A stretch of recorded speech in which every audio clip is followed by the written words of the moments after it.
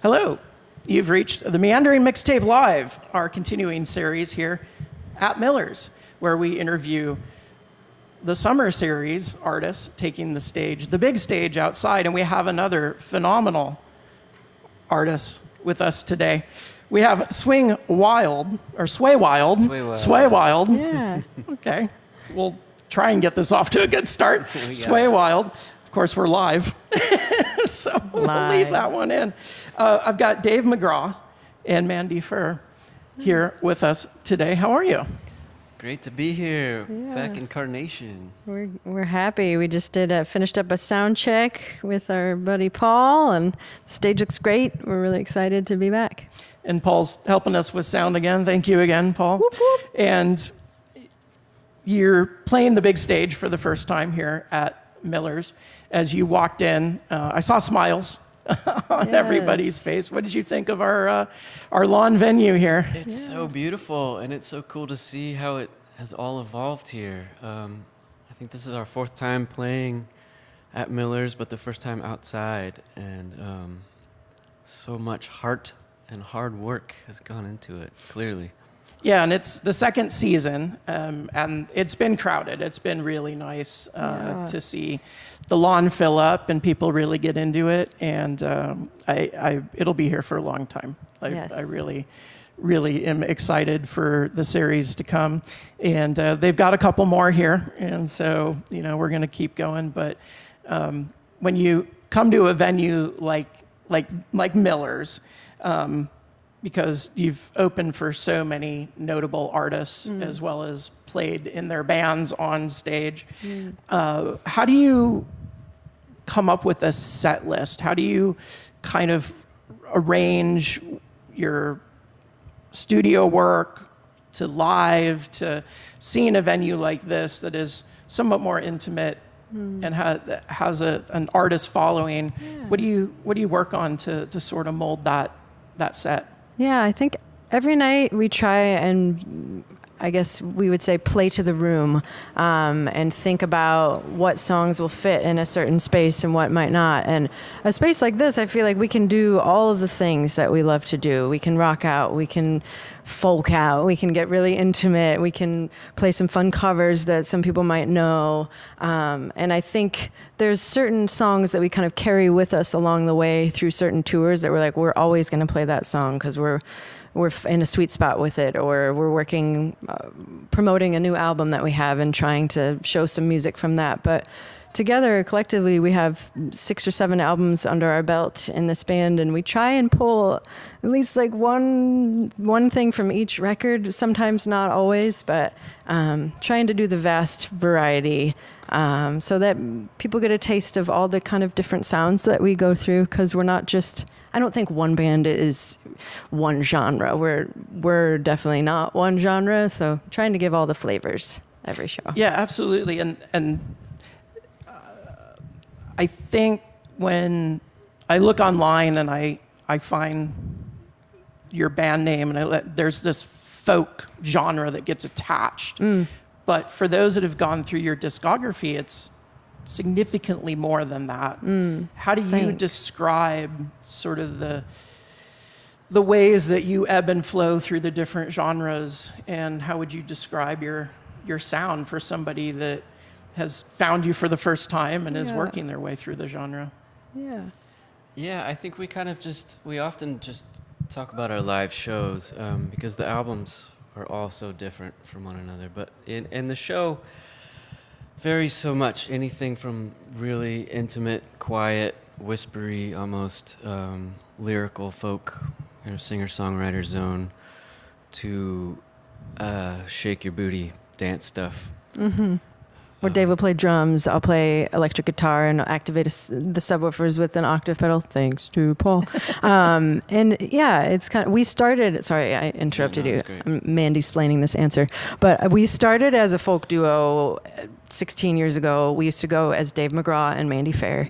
And we changed our name to Sway Wild 2018, I believe, once Dave kind of hopped back behind the drums. But we've always had like rock as part of it. I've always played electric guitar. Dave did some hand percussion before, but so folk was kind of the birthplace to our music, but rock has been kind of the pulse of it, if you will, and that's kind of brought us to where we are today. Yeah, and I always think about that fine line between folk and singer-songwriter, and how if you're just doing acoustic, where's the transition? And the more that I've tried to answer that question for myself, I look at what a duo like yourselves will do together, what you can put together on stage versus what the studio album sounds like, versus the ability to really pare that down to a very acoustic set. And I think that really came through in the album you did where you were tending farm animals and Oh, cool. had the lo-fi, Thanks. where you just were able to really take that sound to sort of that raw acoustic, and being able to bring that on stage, while from what I was hearing at soundcheck, just that more raw rock sound is really impressive. Thank you. And so putting that together, just well done. Oh, Thanks. thanks so much. It's our blessing and curse, probably. Yes. All the same. So I guess what I'm trying to say, for those that haven't gone through the discography, don't stop, get through it. Thank because you. It Thank really you. does go through. And because of that, have you found an expectation that audiences have at times? And how do you see audiences sort of react to, maybe they've come for that pared down version and now you're loud and, heavy kick and... Sometimes people aren't happy about it, probably. And I'm going to speak to this. On our Sway Wild self-titled debut, we didn't have enough of Dave singing lead on that record. And I was disappointed in that. We didn't make it happen. And I think some people come to the shows and are like, Dave, I miss you singing more. So we're getting that more in the mix. In Archipelago, it was more half and half. That was our release after. But I think a lot of our folks who've been following us for a long time have been so gracious to just kind of be on the ride with us and ride the waves of transition and evolution and of sound. What do you think, Dave? Yeah, and we're doing a little bit of everything every night, so hopefully people are getting what they're looking for. Yeah. And it's sort of the live experience is about the community gathering. I mean, the music is important, obviously, but for us it's so much about the sharing of vibe and emotion. Yeah. And I think that's something that we've tried to really nurture with the folks with our audience, and it's a two-way, very communicative, circular relationship. Yeah, and especially here on the lawn, you'll feel that. Yeah. It happens quite a bit, and musicians, artists are happy to play new stuff. It just works out really well. I want to talk about a specific song, and if it's okay, I want to read a lyric. Wow. On your latest album. Great. The track Old Piano. And the lyric is, be careful what you ask for. She might hit you in the nose. Her fingers around the slingshot, and she's got pockets full of stones. And that song transitions to where the end of it, the lyric is, I see you now. And that track for me, I think, summed up just how introspective maybe and sort of the deeper songwriting came out in that album compared to when I listened to the self-titled. Cool. Was that a process that was intentional, or did it just come out because it was the right time to write those songs? So I'm a slow burner writer, and some songs will take me years to get through. And so on our self-titled Sway Wild album, Mandy, we write together, but it was Mandy leading all the songs. But all along, I'm still writing folkier tunes. And so yeah, I'd just been recording for years just in the living room, and then finally we decided to kick them out the door. But you had been working on an old piano kind of in the background for long time. for a while. That song, heartbreaking song. And I sometimes love that pieces you of- referenced that lyric, because we haven't yet played that song We never live. played it, yeah. I think I would just be a pool of tears on the stage, which I always am and every night. But it really does take some confidence to, one, write and then record and release something, sort of that personal. It sounds like you had the confidence to write it. Was it literally just time to finish and get into the studio to do it? Yeah, and we recorded those in our living room, so it's just, I just recorded by myself, and then Mandy overdubbed stuff. So if she was out of town, I took advantage of the quiet moments. His bachelor pad. He sits on the coffee table with his old guitar, and And that was one of my other questions as I went through the discography.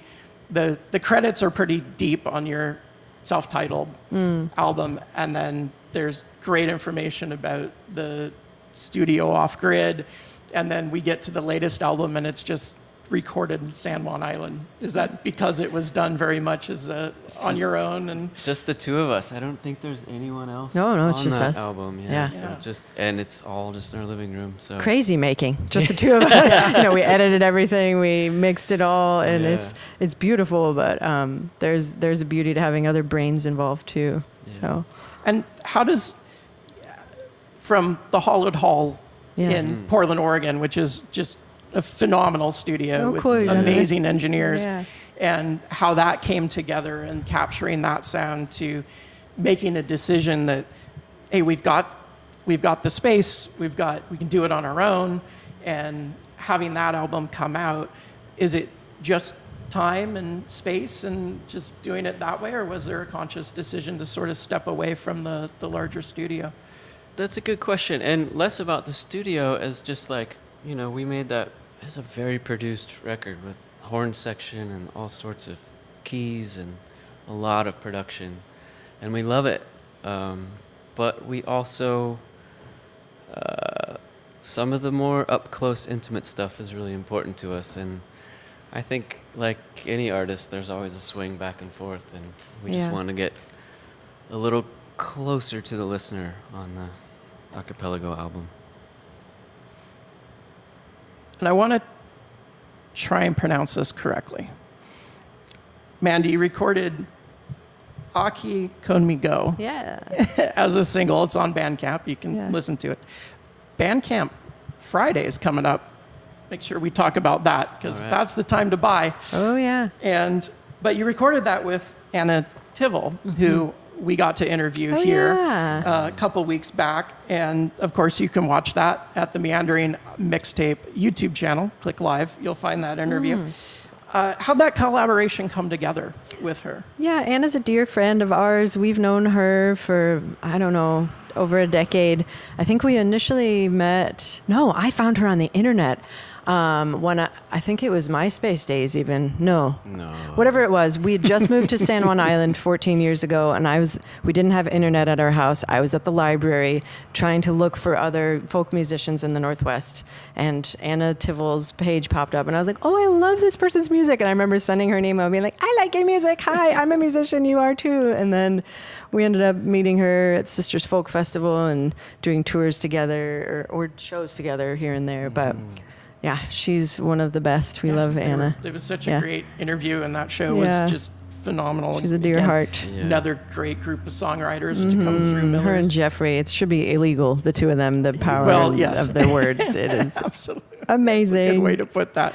And you studied in Spain, music I did. And language and culture. Yeah. Is there more Spanish? Unfortunately tonight there's only going to be Aquí Conmigo, but there's always space for more. I need to write more in Spanish. I majored in Spanish and minored in music in school, and I feel like it's a really important element. We'll get folks from the audience singing along, and there's something really powerful, especially right now, of having everyone join together singing in Spanish. It feels very healing and important. Even if people don't know what they're saying, we at least teach them aquí conmigo means here with me, and what we're calling in every night with that. So,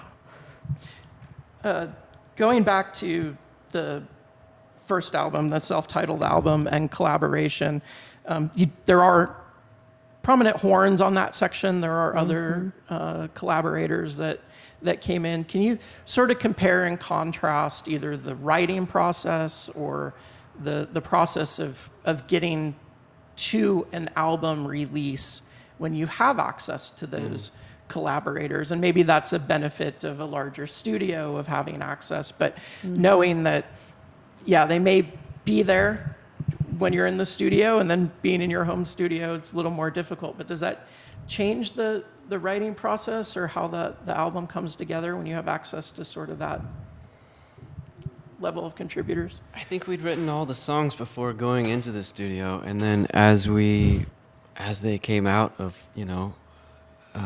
with the first listens, that's when we're like, wow, we're in this amazing city of Portland, and there are so many amazing musicians.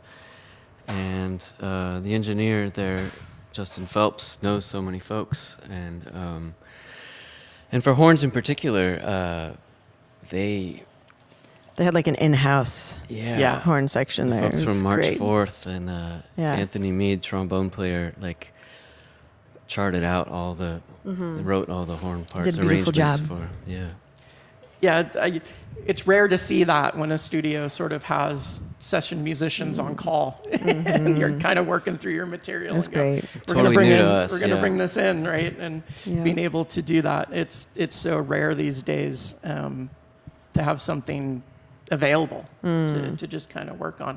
How long did it take? How long were you in that studio working? I think we with were them? there for 20 years, 20 years. right? No. Yeah, on I-5 between Anacortes and The Portland. commute was a little bonkers because we live on San Juan Island and it was in Portland, and I think we went back and forth 10 to 13 times over It the was course months. of Yeah. over a Back and year, I forth. think, at least. It was a long time ago. It was a long time ago, pre-COVID, and then we put it out in like 2019, and we're like, here we go, Sway Wild, and then 2020 happened, Yeah. and we're like, will live music ever happen again? Yeah, And it did, thank heavens. we made it through. And we made it to Miller's, where we found this sweet community here. So, Yeah, and I was looking back. It seems like a long time, but you've released so much, sort of between that album, and have just kept it going. Even through the pandemic. And when I think about other artists that sort of have kind of that depth of discography, it's usually 15, 20 years, and you've done it in a little bit more condensed time frame than that, which I find very impressive. But I also have to ask, what's next? What are we working on? Is there some, should we expect more Yes, of what happened, or are we going to keep going? Our best in another record yet direction? is 95% recorded. We made it in a studio. we're just going to name it our best record yet. I am so yet in excited for people to hear parentheses. it. We captured What's the best little band in the San Juan? Yeah, from the best. It's a studio in Anacortes. We've been working for almost a year and a half on it, and we'll be releasing as early as the spring, maybe summer next year. Just getting some overdubs, getting some guests on it now, but it doesn't have a name yet. But Yeah. We're very excited. I'm excited. Thanks. So you. it's Thank been you. amazing learning about kind of your background and the discography and getting to know your music a little bit better. Thank you. And I think that's a pretty decent place to wrap up, unless you want to tell the internet anything more. Just want to thank Miller's for having us and being a part of this, creating such beautiful culture here in Carnation. I think there's people who come out to this show specifically just to be in this space and be with this community, and this will be their fourth time coming back, and they're coming out from Seattle, some are coming from Leavenworth, some are coming, so just being able to have a place where they can trust that the people are going to be kind and that the vibe is going to be great, and just huge thanks to Bill and Nancy for having us. yeah, and it's straight from the source. They put so much love out, and then everyone comes for it. Because you can have a great builds it stage together. and a great lawn, but if the people that run the place aren't great, Yeah, and it helps the sound is pretty yeah, spectacular it's too. fantastic. We're Working through we're the sound check, so- it sounded great. so grateful to be able to. Well, there is certainly still time to get down here and come see. Yeah, come on, y'all. Sway Wild. Yeah, Carnation. And, yeah, come see this amazing group. Like you said, you're going to be on drums Drums and guitar. and guitar, and they'll be jumping around, Yes, doing different things, That's what we different do. genres, flowing in and out. You're going to hear some really amazing stuff. And there is no Carnation Farms tonight, unfortunately, but you can stop by any of the great restaurants we have in the area and bring in a little picnic and come down to Miller's and come see this amazing group. Thank you so much Thank for, you. Thanks, for hanging out with me Thank Nice you. to and being on the Meandering Mixtape. Meandering Live. Mixtape. Yay. Yay. All right. Thank Thank you. you. Thanks. Thank you.